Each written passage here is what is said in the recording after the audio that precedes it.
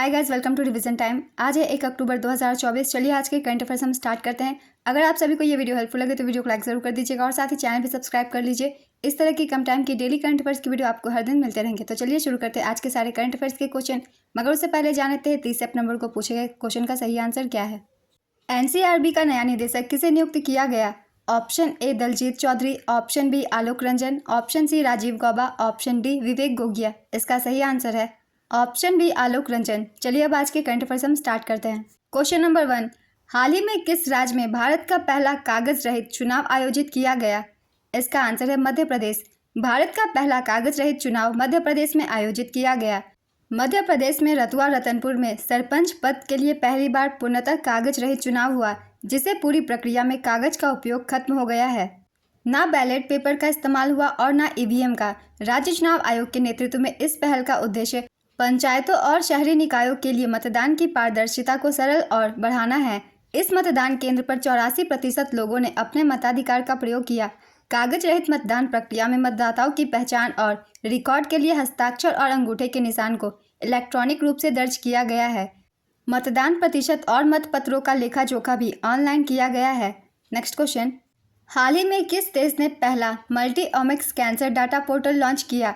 इसका आंसर है भारत। भारत ने अपना पहला व्यापक multi-omics cancer data portal launch किया। इसका उद्देश्य कैंसर के लिए अनुसंधान और उपचार प्रयासों को बढ़ाने के लिए भारत में कैंसर उपचार पश्चिमी डेटा सेट पर आधारित है। यह भारत में स्तन कैंसर के रोगियों के डीएनए, आरएनए और प्रोटीन प्रोफाइल से संबंधित डेटा प्रदान करने वाला पहला प्लेटफॉर्म है। प्लेटफॉर्म में 50 स्तन कैंसर रोगियों का डेटा शामिल है और यह डेटा सेट अगले वर्ष 500 से अधिक रोगियों तक बढ़ जाएगा।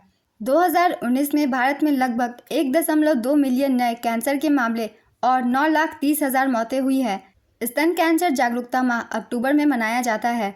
नेक्स्ट क्वेश्चन, अंतर्राष्ट्रीय अंतरिक्ष स्टेशन की कमान किसने संभाली है? इसका आंसर है सुनीता विलियम्स। भारतीय मूल की नासा की अंतरिक्ष यात्री सुनीता विलियम्स ने अंतर्राष्ट्रीय अंतरिक्ष स्टेशन की कमान संभाल ली है, जो कि दूसरी बार है जब वह कक्षीय प्रयोगशाला का नेतृत्व कर रही हैं। उन्होंने आईएसएस पर एक समारोह के दौरान रूसी अंतरिक्ष यात्री ओलेग कोनोनेंको से पदभार संभाला। विलियम्स और कोनोनेंको बोइंग के स्टार लाइनर शटल से पहुंचे। अब उनके फरवरी 2025 में वापस लौटने का अनुमान है। नेक्स्ट क्वेश्चन, किस राज्य का जिंची किला यूनेस्को विश्व धरोहर स्थल के लिए नामांकित किया गया है? इसका आंसर है तमिलनाडु। हाल ही में तमिलनाडु के विल्लुपुरम जिले में स्थित जिंची किले को यूनेस्को की विश्व विरासत स्थल सूची के लिए नामांकित किया गया है। जिंची किला अपने ऐतिहासिक महत्व और 3 पहाड़ियों राजगिरी, कृष्णागिरी और चंद्रगिरी के ऊपर स्थित रणनीतिक रूप से प्रसिद्ध है। इसे ईस्ट ऑफ ट्राई भी कहा जाता है क्योंकि यह प्रायद्वीपीय भारत के सबसे अभेद किलों में से एक है। नेक्स्ट क्वेश्चन, सितंबर 2024 में नागरिक उड्डयन मंत्रालय ने किस नई एयरलाइंस के संचालन को मंजूरी दी? इसका आंसर है संघ एयर। नागरिक उड्डयन मंत्रालय ने भारत की सबसे नई एयरलाइन संघ एयर को मंजूरी दी। संघ एयरलाइन के संचालन के लिए अनापत्ति प्रमाण पत्र की अवधि 3 वर्ष है। संघ एयरलाइन उत्तर प्रदेश राज्य से शुरू होने वाली पहली शेड्यूल्ड एयरलाइन होगी।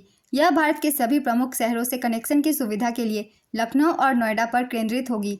नेक्स्ट क्वेश्चन, हाल ही में आयोजित हांगजो ओपन टेनिस प्रतियोगिता 2024 के पुरुष युगल का खिताब किसने जीता?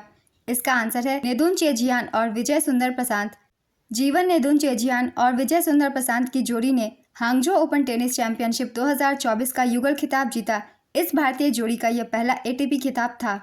इस टूर्नामेंट के एकल विजेता क्रोएशिया के मारिन सिलिक है। हांगजो ओपन टेनिस चैंपियनशिप 2024 इसका आयोजन 18 से 24 सितंबर 2024 तक किया गया।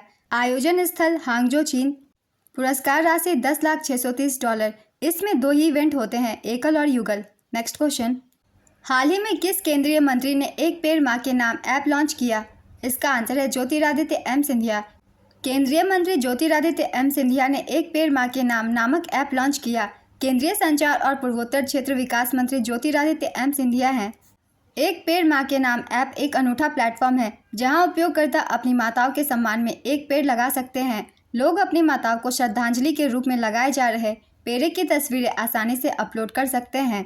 नेक्स्ट क्वेश्चन, हाल ही में विश्व पर्यावरण स्वास्थ्य दिवस कब मनाया गया? इसका आंसर है 26 सितंबर। यह मानव जीवन पर पर्यावरणीय स्वास्थ्य के प्रभाव के बारे में जागरूकता बढ़ाने के लिए मनाया जाता है। इस वर्ष की थीम पर्यावरण, स्वास्थ्य, आपदा जोखिम न्यूनीकरण और जलवायु परिवर्तन शमन और अनुकूलन के माध्यम से लचीले समुदायों का निर्माण है। नेक्स्ट क्वेश्चन, 25 से 26 सितंबर 2024 के बीच ग्लोबल एरोस्पेस शिखर सम्मेलन का आयोजन कहां पर हुआ? इसका आंसर है अबू धाबी। ग्लोबल एरोस्पेस शिखर सम्मेलन का आयोजन अबू धाबी यूएई में किया गया। संस्करण था 7वां। आयोजन 25 से 26 सितंबर 2024 तक।